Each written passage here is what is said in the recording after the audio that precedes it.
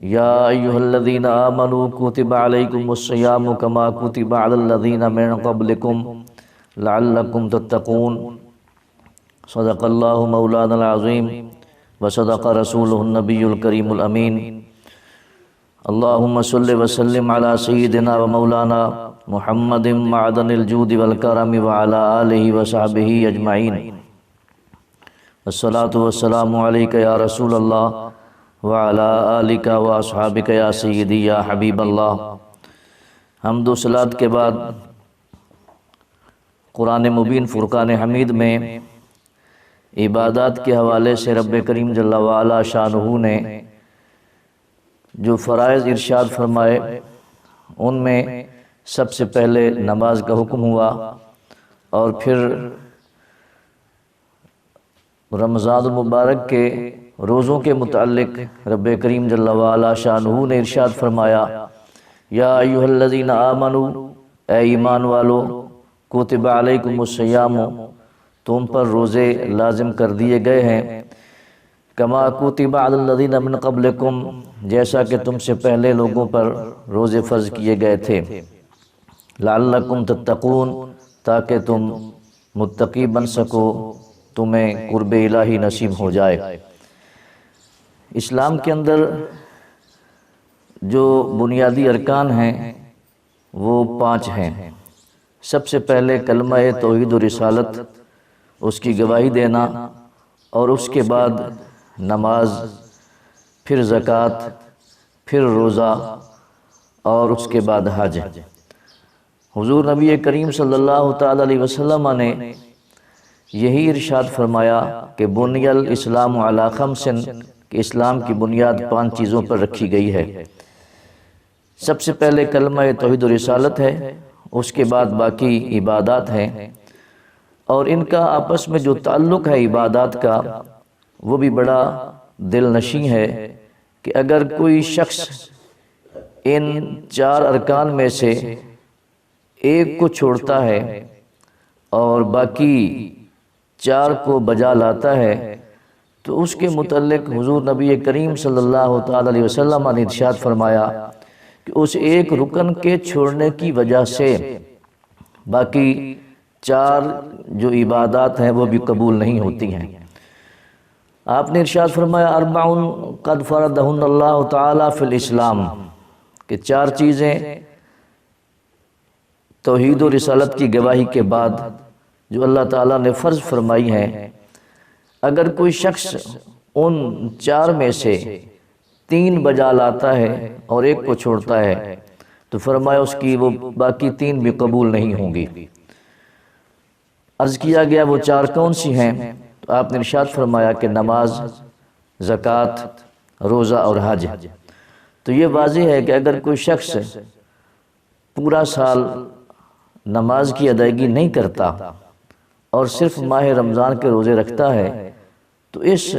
حضور نبی کریم صلی اللہ علیہ وسلم کے فرمان ذیشان کے مطابق اس کی باقی عبادات بھی قبول نہیں ہیں۔ حضرت سیدنا عبداللہ بن مسعود رضی اللہ تعالی عنہ آپ بھی ارشاد فرماتے ہیں کہ جو شخص نماز ادا کرے اور وہ زکوٰۃ نہ دے تو اس کی نماز بھی قبول نہیں ہے۔ اور حضرت سیدنا مولا علی شیر خدا رضی اللہ تعالی عنہ آپ نے بڑی وضاحت کے ساتھ ارشاد فرمایا کہ جو شخص فرائض کو چھوڑ کر باقی نوافل کے اندر مصروف ہوتا ہے اور مشغول ہوتا ہے تو اس کے نوافل قبول نہیں ہیں، اس کی سنتیں قبول نہیں ہیں، بلکہ ان سنتوں اور نفلوں کی ادائیگی کی وجہ سے کل قیامت کے دن اسے ذلت کا سامنا بھی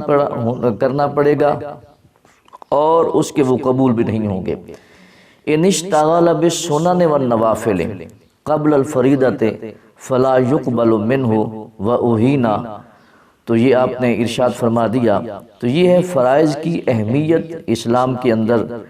کہ اگر فرائض نہیں ہیں باقی نفلی کام کرتا ہے، مثلا زکوٰۃ ادا نہیں کرتا لیکن باقی صدقات و خیرات کرتا ہے، فرائض نماز ادا نہیں کرتا، تہجد پڑھتا ہے، رمضان کے روزے نہیں رکھتا، لیکن شعبان کے اور رجب کے روزے رکھتا ہے تو حضرت امیر المومنین مولا علی پاک رضی اللہ تعالی عنہ کے فرمان ذیشان کے مطابق اس کی یہ عبادات قبول نہیں ہیں۔ اور یہاں یہ ہمیں سوچنا چاہیے کہ حضرت مولا علی پاک رضی اللہ تعالی عنہ سے بڑھ کر اور صوفی کون ہو سکتا ہے،